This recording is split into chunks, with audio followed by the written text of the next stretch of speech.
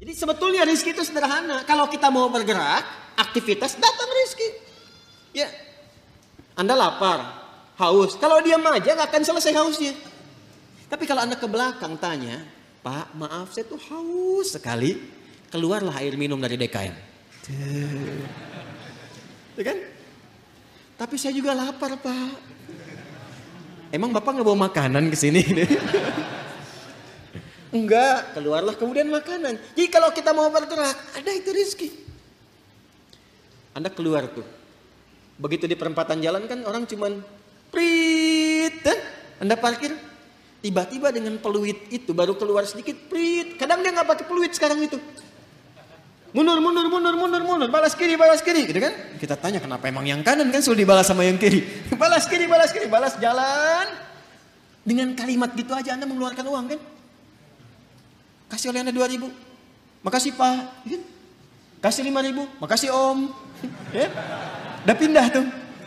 Kasih 10.000. Makasih Bos. Gitu kan? Ya kan? Kebayang ya? Jadi kalau kita mau bergerak, sebetulnya rizki itu turun. Hanya nanti ada yang diakumulasikan, ada yang diberikan seketika.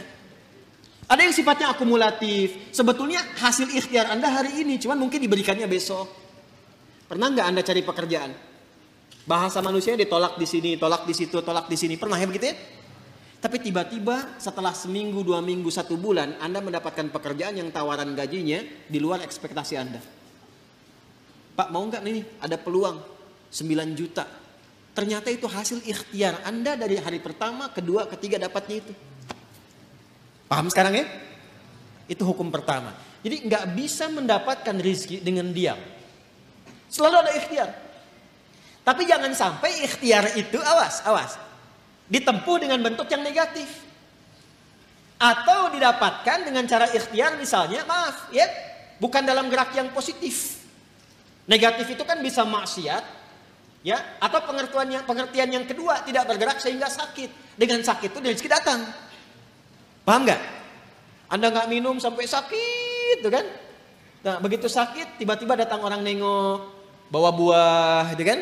Bawa makanan. Jangan diikhtiarkan dengan sakit untuk mendapatkan itu. Paham? Atau yang kedua dengan cara maksiat. Seseorang menempuh maksiat, menempuh cara yang tidak dibenarkan. Yang menimbulkan persoalan. Sesuatu yang menimbulkan persoalan. Kemudian persoalan itu bisa diurai sehingga lurus kembali. Keadaan yang lurus benar gak ada soalnya. Itu disebut dengan halal namanya. Dari kata ahalla yuhillu. Kata ahalla dari kata halla. Orang Arab kalau mengatakan hillul mushkilah artinya atau hillul ahbal, benang yang kusut bisa diurai lagi. Sehingga dia menjadi lurus. Sesuatu yang lurus yang tidak ada persoalan yang disebut dengan halal namanya. Jelas? Nah, maka ketika Anda menempuh mencari rezeki ini, carilah yang lurus-lurus saja.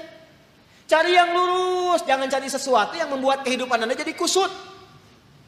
Karena itu segala bentuk pintu yang mengantarkan pada kekusutan hidup, yang memungkinkan Anda menjadikan hidup bermasalah, dilarang oleh Allah. Jangan lakukan ini, jangan kerjakan ini.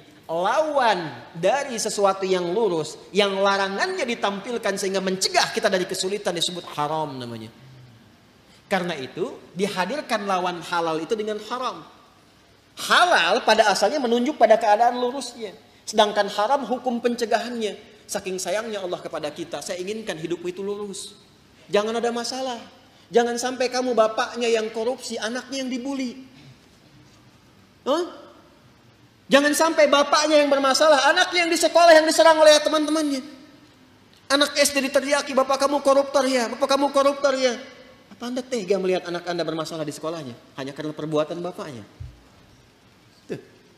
Maka kata Allah yang lurus-lurus saja. Gak usah menipu, gak usah korupsi, gak usah nyogok, lurus aja. Kan tadi tahu rizkinya sudah ditentukan, gak akan tertukar. Besok meninggal juga kok. Mau meninggal besok? Paham gak? Paham sampai sini ya? Nah, kalau sudah paham, kalau sudah dapat yang itu, cari yang baik-baik untuk tubuh kita. Tadi jangan sampai mendapatkan sesuatu, betul cara dapatnya halal.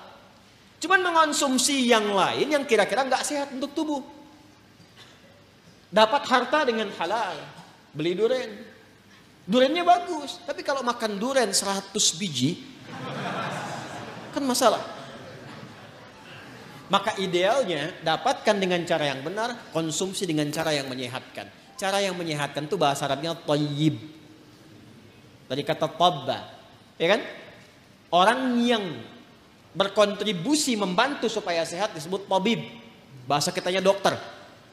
Maka Allah tegaskan supaya kita nggak banyak nanya lagi, kulu mimma fil ardi halalan.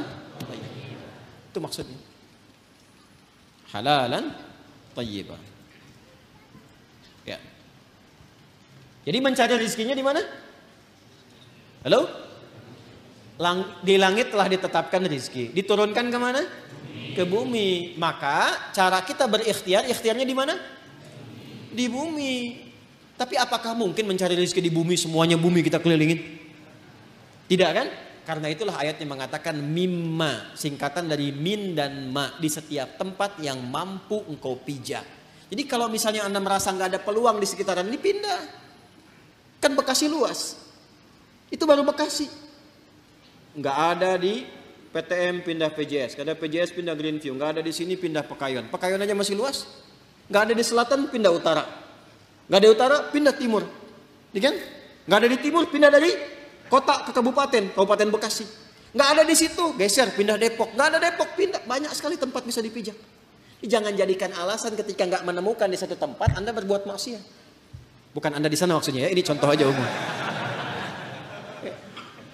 Jangan jadi alasan, kalau Anda tidak mendapatkan di satu tempat, jangan jadikan pijakan itu untuk berbuat maksiat. Aduh, udah sekarang susah Ustaz jadi yang halal, itu aja yang haram susah. Kenapa sih harus selalu banyak alasan? Allah sudah menjamin, kenapa manusianya bikin susah? Paham sampai sini?